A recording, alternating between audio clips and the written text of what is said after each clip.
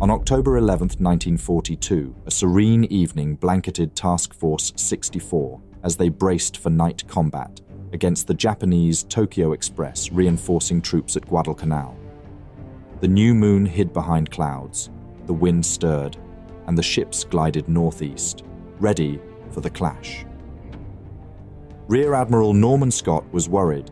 The Japanese were much better at naval night fighting, and the severe defeat at the night battle of Savo Island was still fresh on his memory.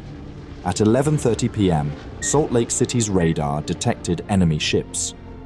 Confusion ensued, as Scott was unsure if these were Japanese ships or Allied ships. He hesitated to give the order to open fire.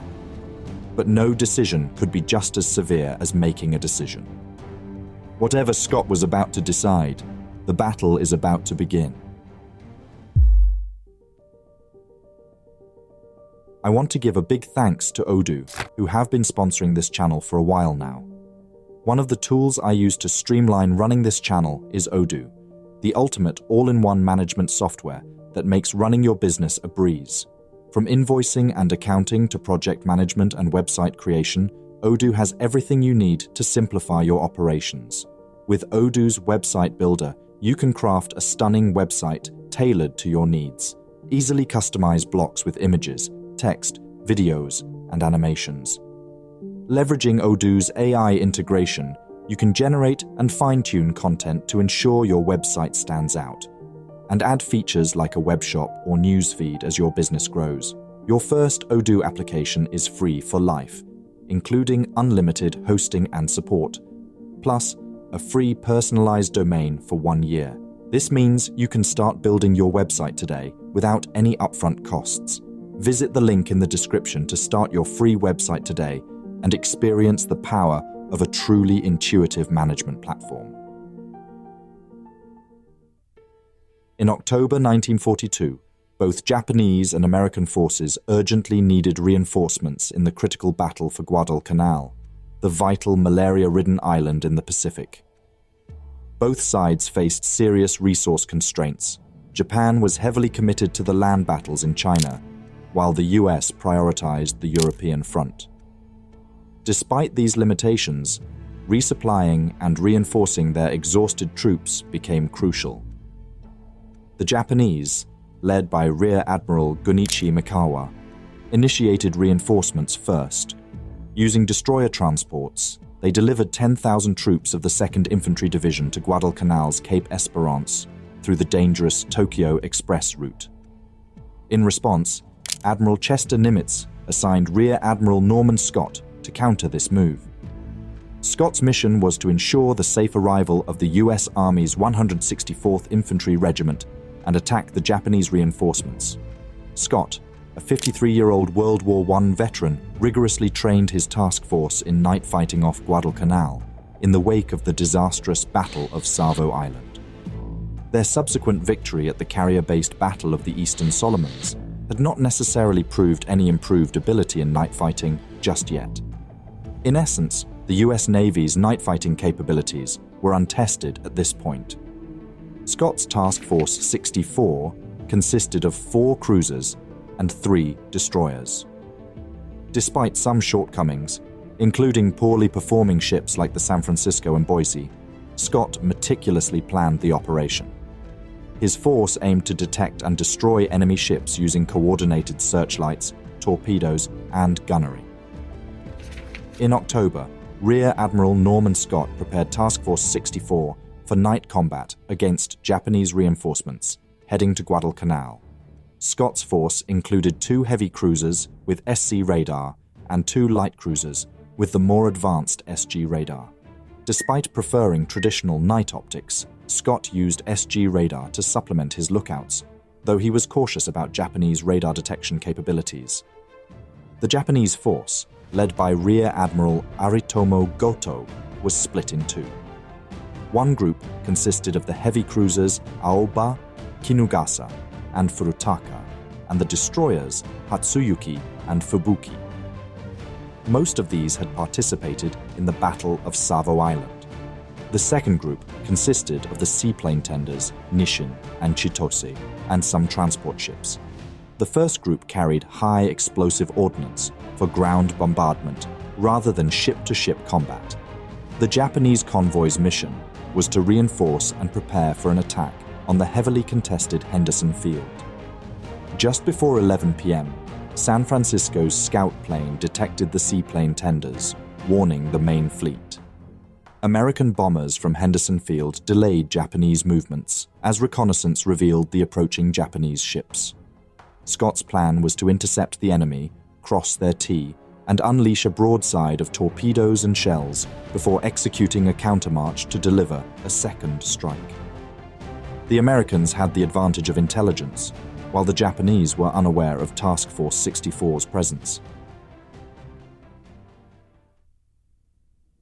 It was a serene evening as Task Force 64 prepared for night combat against the Japanese Tokyo Express. As the new moon rose behind clouds and the wind picked up, the ships moved northeast, ready for battle. Sailor diaries described the crew dressed in fireproof gear as looking like visitors from Mars. Rear Admiral Scott minimized fire hazards by sending most of the cruiser's seaplanes to Tulagi and launched the remaining ones to locate the enemy. Task Force 64 consisted of the cruisers San Francisco, Boise, Salt Lake City, and Helena, supported by the destroyers Fahrenholt, Duncan, and Laffey. To the column's rear, two destroyers Buchanan and McCullough followed. At 11:30 p.m., Salt Lake City's radar detected Japanese ships. Scott ordered a countermarch, but confusion ensued when San Francisco's Captain McMorris misunderstood the order, turning instantly, as did the rest of the column. Two destroyers now sailed a starboard course, according to original plan, with 4 cruisers to their port side. As Goto's Japanese ships emerged from rain squalls into American radar range, Helena's advanced SG radar picked up the Japanese column. However, San Francisco had an older SC radar, failing to detect the enemy. Scott, unsure of his destroyers' positions, hesitated to open fire, fearing friendly fire. Meanwhile, Japan's Goto was equally unaware. His ships did not have radar, so all he could rely on was anything spotted by sight. Helena's captain Gilbert Hoover, experienced and valuing radar and timing, requested permission to open fire. Receiving ambiguous responses from Scott, Hoover decided to engage regardless, unleashing a barrage from Helena's 15 6-inch guns. Scott was surprised, but reluctantly ordered the remainder of ships to open fire as well. The resulting chaos saw Helena and other American ships launching fierce attacks, creating a blazing bedlam, as described by Morris, who recounted the intense recoil and the disarray caused by the powerful broadside. The Salt Lake City joined the bombardment, targeting the Japanese cruiser Ioba. Boise, led by Captain Moran, also attacked, hitting Ioba with precise shots. Below deck, the crew did everything they could for the firing to be as precise as possible. As Scott's ships continued to fire, sailors on deck stared at the spectacle of their devastating attacks on the enemy. The intense barrage caught the Japanese off guard. Ioba immediately suffered enormous damage. She was hit over 24 times by the first few volleys. Her main turrets, boilers, and searchlights were destroyed. Japan's ships, sailing directly towards the US ships, could only use their forward turrets, severely impeding their firepower. They retaliated with ineffective volleys as the barrage continued. Heavily damaged, Ioba made a sharp turn to starboard, attempting to evade the bombardment. Rear Admiral Goto, thinking he was under friendly fire, was mortally wounded as he cursed against what he perceived to be friendly ships. Amidst the confusion, the Japanese attempted to retreat, with the second-in-command, Captain Yonejiro, ordering a smokescreen. It wasn't just Goto who was worried about friendly fire. After the first few rounds, Scott ordered a ceasefire, afraid he had just bombarded Allied ships. The order was transmitted to all ships, and everyone ceased firing except Captain Moran of Boise, who was certain the targeted ships were Japanese. The confusion extended to the destroyers, with the Fahrenholt's crew. driven by personal vendettas against the Japanese, ignoring ceasefire orders. Attempts were made to identify friendly ships through recognition lights. The confusion extended to other American ships. The destroyers which had continued in advance were on their own, at such a distance that Scott's cruisers were unable to identify them. The chaos resulted Scott assuming Fahrenholt was a Japanese ship. He gave the order to resume fire. Fahrenholt was hit by friendly fire near instantly. The impacts caused damage, including an airburst that rattled the decks and injured crew members, and a torpedo that launched but miraculously did not explode. More shells from American ships Salt Lake City and San Francisco further damaged Fahrenholt, forcing her to withdraw from the battle with serious damage and a port list. By chance, the destroyer managed to avoid exploding. Another destroyer, Duncan, was hit as well, although it is unsure if this was Japanese or friendly fire. Before too long, she was engulfed in flames, and her crew struggled to control the damage. Lieutenant Commander Edmund B. Taylor ordered recognition lights to be turned on, but these lights drew more fire from the Japanese ships, who could now easily locate the destroyer. The destroyer was severely bombarded, and Taylor ordered the crew to abandon ship, though communication failures led to confusion. The assistant gunnery officer ensign, believing his skipper dead, took command and directed efforts to prevent Duncan from sinking by steering her into shallow water instead. US ships tried to prevent the Japanese from sinking their destroyers. San Francisco's radar detected a close enemy ship. The captain ordered a searchlight beam which locked onto the Japanese ship, later identified as Fubuki. There was no escape. Several American ships attacked the clear target, but Duncan still faced devastating hits as she heroically launched a final torpedo salvo at an unidentified warship. It was a direct hit, followed by an explosion.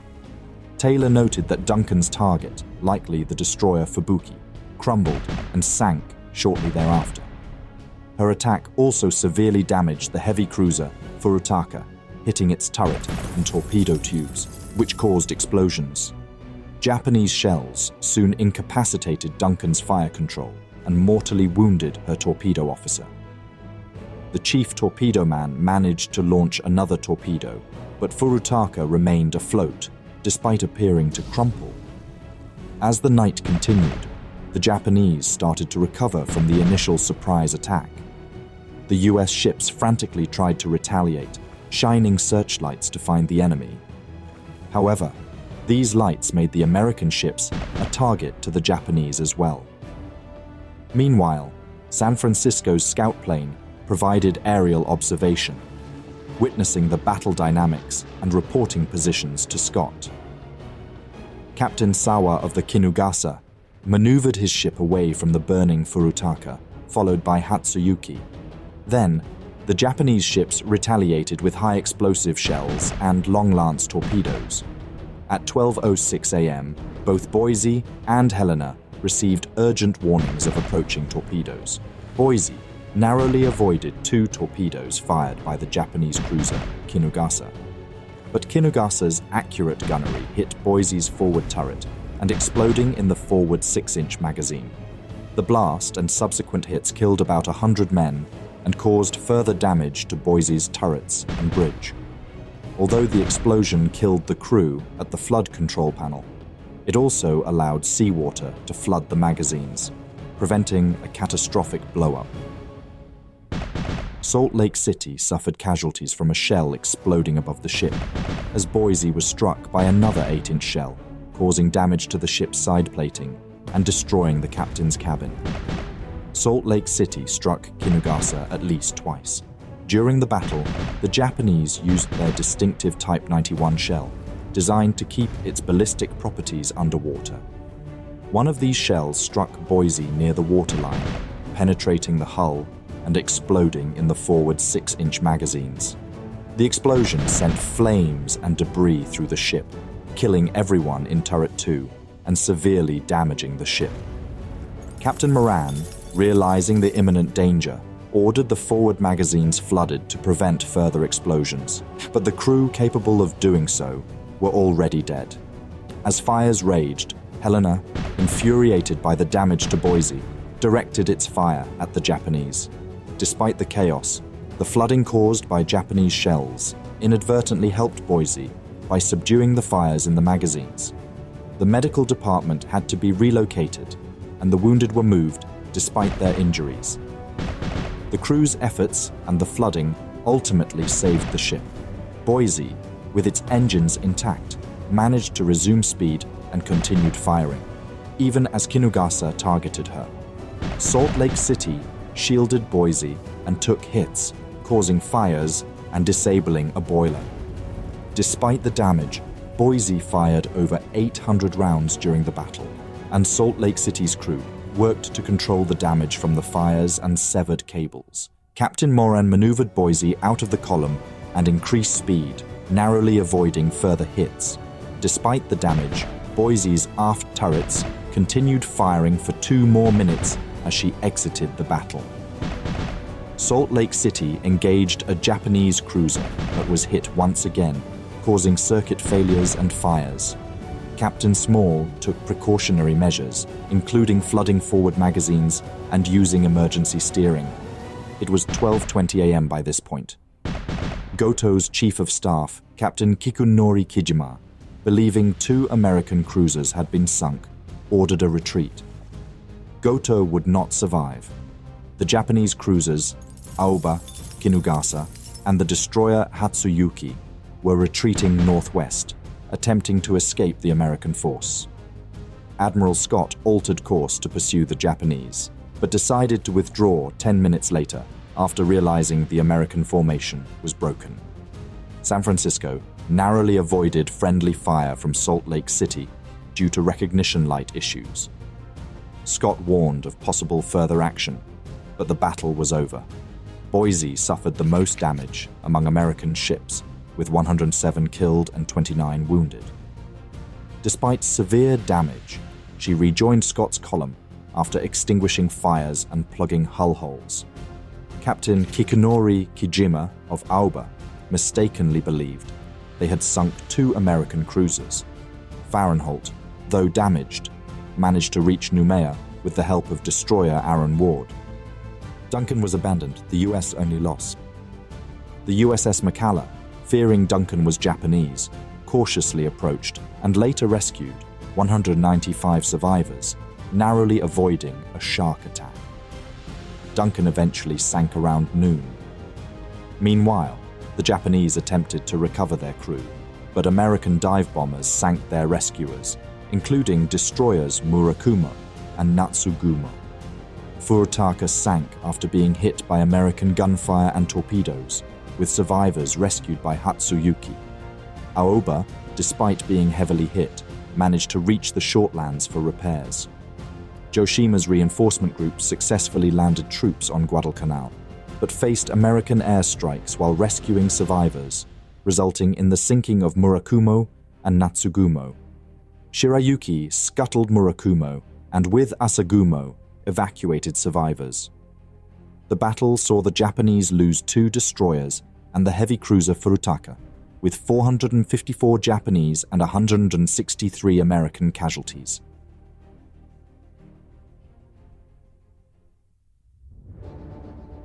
Task Force 64, battered but triumphant, headed home. They celebrated their victory at Espiritu Santo, boosting morale after previous defeats. The victory proved their ability to fight effectively at night. In essence, this was the perfect revenge for Savo Island. However, friendly fire incidents and the loss of Duncan highlighted areas for improvement, such as better use of radar and communication.